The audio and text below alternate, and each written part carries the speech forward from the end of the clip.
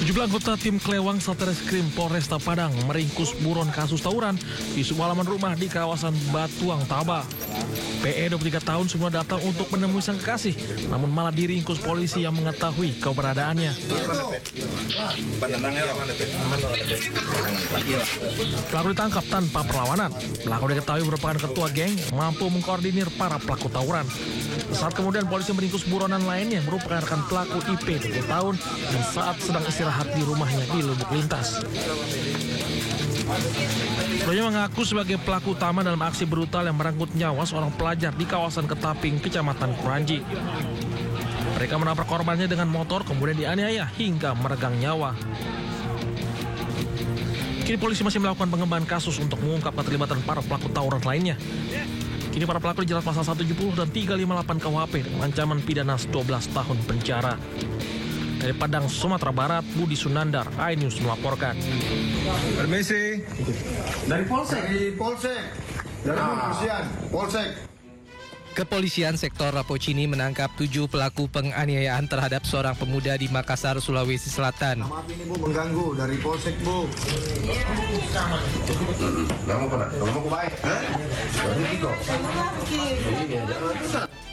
Penangkapan terhadap para pelaku dilakukan usai polisi berhasil mengetahui keberadaan salah satu pelaku, kemudian melakukan pengembangan dan menangkap pelaku lainnya.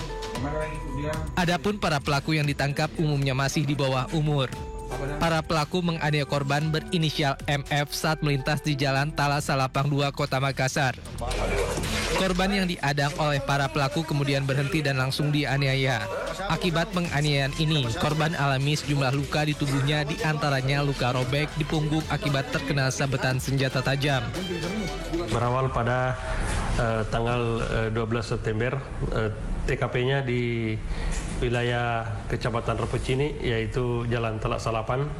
Pada saat itu korban sementara melintas di TKP tersebut, kemudian dihadang oleh beberapa anak muda yang menggunakan sepeda motor sekitar kurang lebih sekitar 10 orang, kemudian melakukan penganiayaan yang mengakibatkan korban mengalami beberapa luka, termasuk luka di bagian kepala, bagian punggung, dan beberapa luka di badan yang lain.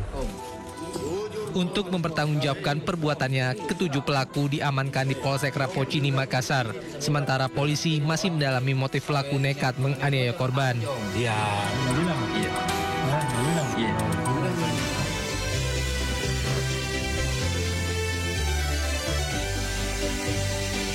Halo, selamat hari Senin, pemirsa. Selamat hari Senin. Selamat hari Senin juga, Ayah Nufus. Kita kabar sudah baik. berada di penghujung bulan September, ya.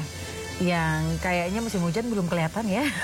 Tapi kalau di Bogor sih masih sering. Jadi masih sering kalau siang itu panas, tiba-tiba sore hujan atau nggak malamnya. Oh, oke. Gitu. Perasaan kalau di Jakarta semakin hari semakin panas ya.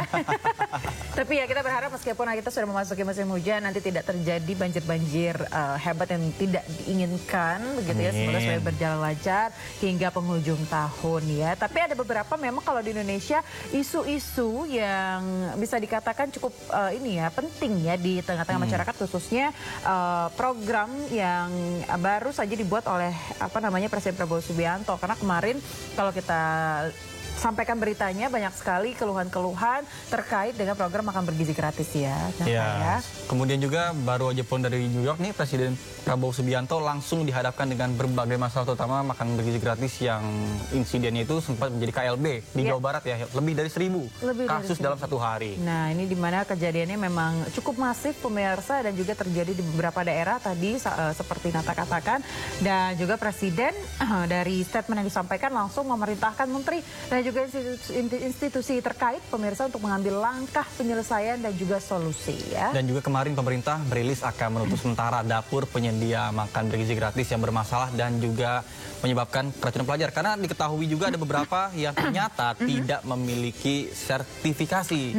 Jadi kok bisa ya? Betul sekali. Ini investigasi mungkin sudah dilakukan ya, dan dimana investigasi ini juga akan dilakukan untuk mencari penyebab dari keracunan makanan itu sendiri. sendiri. Sementara pemirsa, masyarakat juga mendesak pemerintah segera mengambil langkah cepat. Salah satunya yakni Ikatan Dokter Anak Indonesia yang mengirimkan surat terbuka untuk BGN atau Badan Gizi Nasional yang berisi 5 poin. Ya, sayangnya sampai sekarang masih belum ada pihak yang bertanggung jawab atas insiden tersebut dan kita doakan semoga bisa secepatnya bisa terselesaikan sehingga tidak ada korban-korban lagi ke depannya ya. Betul sekali, karena kalau kita lihat memang program ini niatnya baik sekali gitu ya, untuk memberikan gizi kepada anak-anak Indonesia. Begitu, semoga lagi-lagi bisa tersalurkan dengan baik. Ya, kita pun akan membahasnya dalam program Sido Today. Program akan menghadirkan informasi-informasi terhangat hari ini bersama saya, Nata Arman. Dan saya Aya Nufus. Pemirsa, sebelum kita memulai seluruh rangkaian Sido Today hari ini, redaksi kami telah menyiapkan 3 berita pilihan. Ini dia.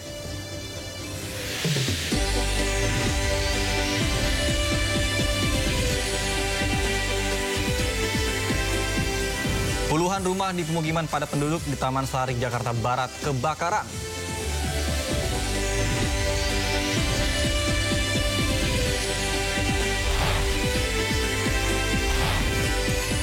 Antrian kendaraan mengular di SPBU akibat kelangkaan BBM di sejumlah daerah di Indonesia.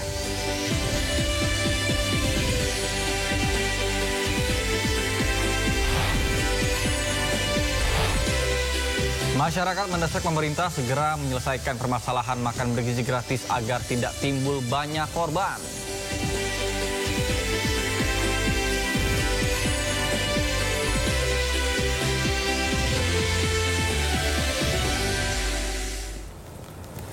Ya pemirsa, kita ke informasi pertama. 2 rumah warga di Situbondo ludes terbakar. Sementara di Tembilahan, Kabupaten Indragiri Hilir, 3 unit ruko terbakar. Kebakaran.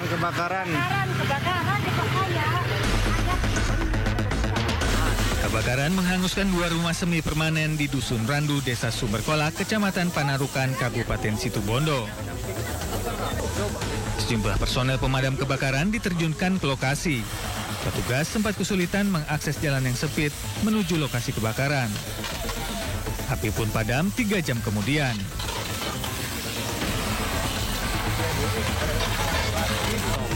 Diduga api pertama kali muncul dari dapur salah satu rumah.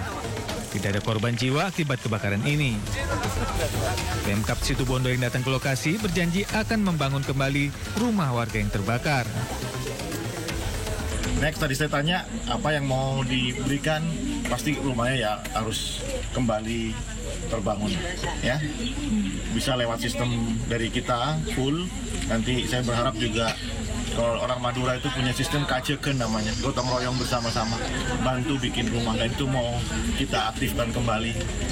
Info pemadam bro, Paret 9.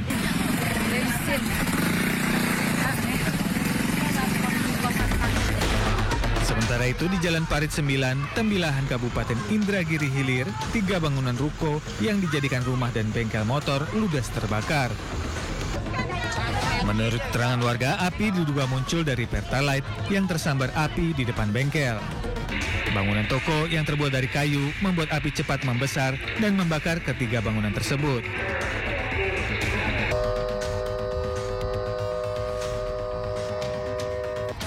Empat mobil damkar diterjunkan ke lokasi untuk memadamkan api. Api padam 1 jam kemudian. Tidak ada korban jiwa dalam peristiwa kebakaran ini, namun kerugian materi ditaksir ratusan juta rupiah. Dari Situbondo, Jawa Timur dan Indragiri Hilir Riau, Rizky Amirul Ahmad, Diki Kurniawan, iNews melaporkan.